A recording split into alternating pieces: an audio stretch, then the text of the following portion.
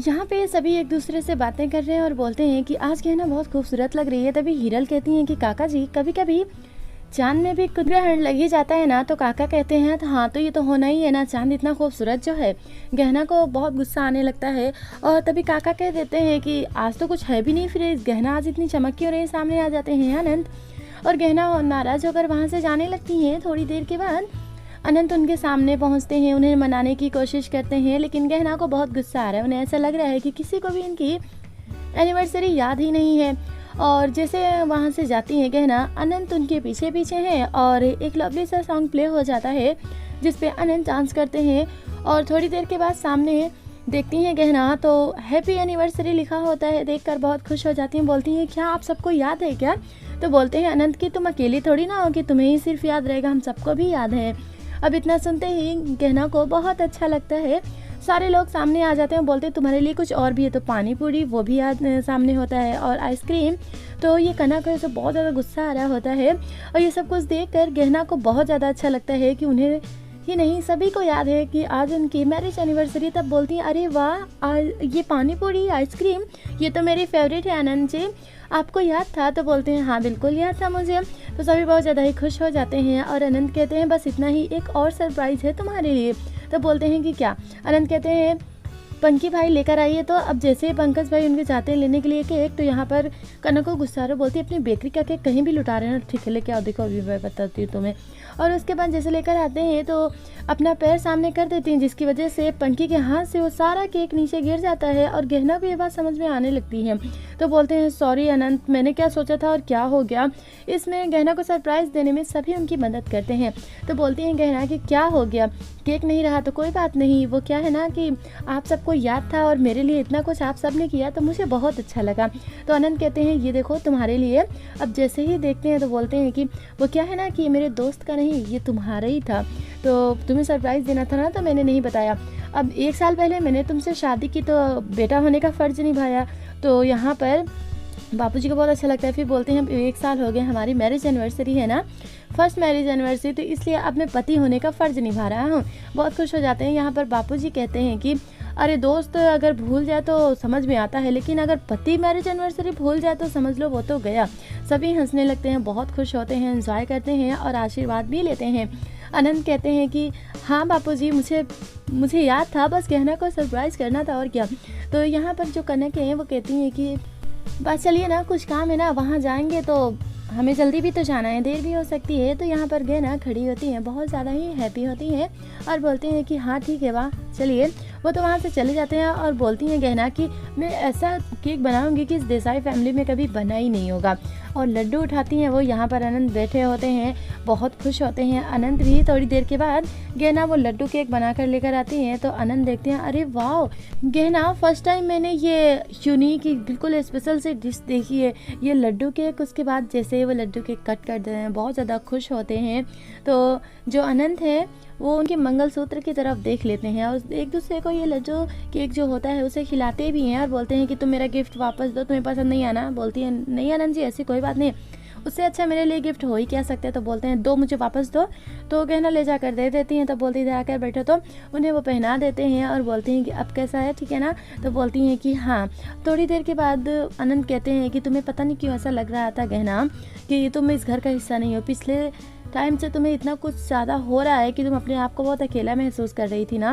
तो बोलती है कि नहीं ऐसा कुछ नहीं। तो बोलते हैं अनंत कि ऐसा ही है, तुम्हें ऐसे झूठ बोलने की कोई ज़रूरत नहीं है गहना, आज से जो तुम्हारा दिल करेगा ना तुम बिल्कुल खुल कर करना, लेकिन हाँ मुझसे बता जरूर देना, जैसे कि तुमने अभी ड्राइविंग क्लास जो ज्वाइन किया वो सही नहीं था। उसके बाद बोलते तुम्हारे लिए एक और सरप्राइज़ है। तो देते बोलते वाह ड्राइविंग क्लास, मतलब कि मुझे एडमिशन लेना है। बोलते हैं कि हाँ तुम्हें शौक़ है ना ये ड्राइविंग करने का, तो ठीक है, तो इसे तुम अपने पास रखा। तब बोलती हैं कि ठीक है आनंद जी।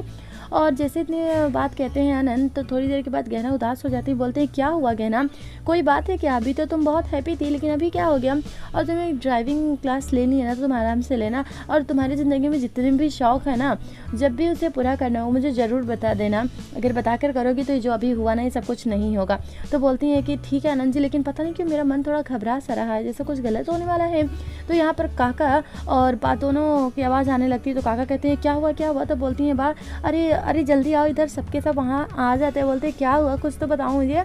अब ये जो बा हैं वो पानी पीती हैं और बहुत परेशान होती हैं। तो अनंत कहते हैं बा प्लीज़ बताइए ना क्या हुआ है। तो जो बा हैं वो बताने लगती हैं कि क्या हुआ, जब हम और कनक बाहर जा रहे थे तो वहाँ पे कुछ लोग आ गए और कनक को उठाकर लेकर गए। बोल रहे थे कि ये बहुत ज़्यादा ही चहक रही है, बहुत ज़्यादा बोल रही है, पकड़ो इसे लेके चलो यहाँ से। तो कनक को लेकर चले जाते, मुझे नहीं पता कि मेरी कनक दिख रहा कहाँ पर है। और यहाँ पर बोलते अरे इतना टाइट क्यों बांध रहे हो, थोड़ा धीरे से बांधो। और बोलते हैं अन्य मैडम ठीक है। और यहाँ पर जो अनंत है बहुत परेशान हो जाते, बोलते हैं अब कनक भाभी को क्या हो गया। और वहाँ से आवाज़ दे रही हैं हेमा और कहती हैं कि अरे मुझे बाहर निकालो। यहाँ पर अनंत कॉल की तरफ बढ़ते हैं क्योंकि किसी की कॉल आ जाती है। तो जैसे ही बोलती हैं बाकी उठाओ जा देखो कौन है। तो यहाँ पर बोलते हैं कौन है, अरे बोल दिया कॉल किया, इतनी भी बात समझ में नहीं आई कि मैं कौन हो सकता। अरे ये जो देसाई फैमिली में से तुम्हारी बहू गायब हुई है ना, इसलिए कुछ हम जो कह रहे हैं वो करना पड़ेगा आपको। तो बा कहती हैं अरे फ़ोन स्पीकर पे रखो, कौन है ये, क्या करना चाहते हैं। बा बहुत परेशान होती हैं। तब बोलते हैं कि हम रात 8 बजे आपको बताएंगे कि आपको क्या करना है। अब बा बैठकर नीचे रोने लगती हैं और यहाँ पर बोलते चलो लेकर आओ हेमा बहू को बाहर। और यहाँ हेमा अंदर से चिल्ला रही बोल रही हैं कि 24 घंटे हो गए, मुझे इतने ज़्यादा भूख लगी है, प्लीज़। चेतन कहते हैं चुपचाप तुम अंदर ही पड़ी रहो, ज़्यादा चिल्लाने की ज़रूरत नहीं है। तब बोलती हैं आज के बाद ऐसा कुछ नहीं होगा चेतन जी, प्लीज़ मुझे बाहर आने दीजिए ना। वहाँ पर बा कह देती हेमा बहू बाहर लेकर आओ उसे। अभी चेतन कुछ कहते हैं कि हेमा पहले निकल जाती हैं। यहाँ पर एक थप्पड़ उन्हें मारते हैं, बोलते जितना मैंने कहा था ना उतना ही करना चाहिए था। अभी जाओ तुम दोनों जाकर मेरे लिए कुछ खाने के लिए लेकर आओ, मुझे बहुत तेज़ भूख लगी है। तब बोलते हैं कि हाँ मैडम, लेकिन आपने जो कहा उससे थोड़ा सा ज़्यादा कहा ना हमने। तो बोलते हैं जितना मैंने दिया ना लिख के, बस उससे ज़्यादा कुछ करने की ज़रूरत नहीं है। यहाँ पर हेमा बैठकर ढेर सारा खाना खा रही हैं। तब बोलते हैं कि ए स्वार्थी, तुझे समझ में नहीं आ रहा, इतना ढेर सारा खाना बैठकर खा रही हो और एक बार भी कनक भाभी के बारे में नहीं सोच रही। तब बोलते हैं अरे आप लोगों को पता नहीं है, अच्छा कनक भाभी जो है ना कुछ भी कर सकती हैं। तो बोलते हैं लेकिन ऐसा कौन कर सकता है। तो बोलते हैं कनक और कौन। और यहाँ पर गहना कहती हैं कि मुझे ऐसा लग रहा है कि शायद कनक भाभी, लेकिन अब मुझे ना उन पर ज़रा भी विश्वास नहीं है। तो अनंत कहते हैं लेकिन वो हो भी सकता है ना कि कुछ सही ना हो। तो अनंत को भी बिलीव नहीं होता है कि वाकई में कनक ऐसा कुछ कर भी सकती है क्या। और यहाँ पर जो गहना है वो बोलती है कि आपको पता है ना वो जो भेड़िया कितना ज़्यादा वो बोल रहा था, ये स्टोरी आपने सुनी होगी ना, एक बार वाकई में ऐसा कुछ हो ही जाता है कि उससे मदद की ज़रूरत होती, कोई भी नहीं जाता। यहाँ बात से पूछते हैं बताओ गाड़ी का नंबर कौन सा है। तो बोलते हैं हम किसी और के पास नहीं जा सकते, बता नहीं सकते, लेकिन खुद तो कनक भाभी को ढूंढ सकते हैं ना। तो बा कहती है सिल्वर कलर की थी, उन्हें नंबर याद आता है, वो भी बता देते हैं। तो बोलते हैं कि क्या हुआ, तुम दोनों मुस्कुरा क्यों रहे हो। तो बोलते हैं कि हम खुद कनक भाभी को ढूंढेंगे। आज के लिए बस इतना ही। कल दिखाया गया कि बोलती हैं गहना कि किसी ने कुछ ऑर्डर किया था क्या, पार्सल वगैरह। तब बोलते नहीं, जरा खोल के देखो तो क्या है। अब जो गहना है खोल कर देखती हैं तो उसमें कनक की उंगली होती है, उसे देख कर काफ़ी तेज़ चिल्लाती है, नीचे फेंक देती हैं। कमेंट्स करके बताइएगा कि आज का और आने वाली स्टोरी आप सभी को कैसा लगा। अब ये कनक ऐसी कौन सी चाल चलने वाली है जिसकी वजह से पूरी देसाई फैमिली बेघर होने वाली है। First viewer Prachi Dhoran, Sonia, Sandhya, Aman Khan, Parmar Janki, Ranjit, Suhani. Thank you.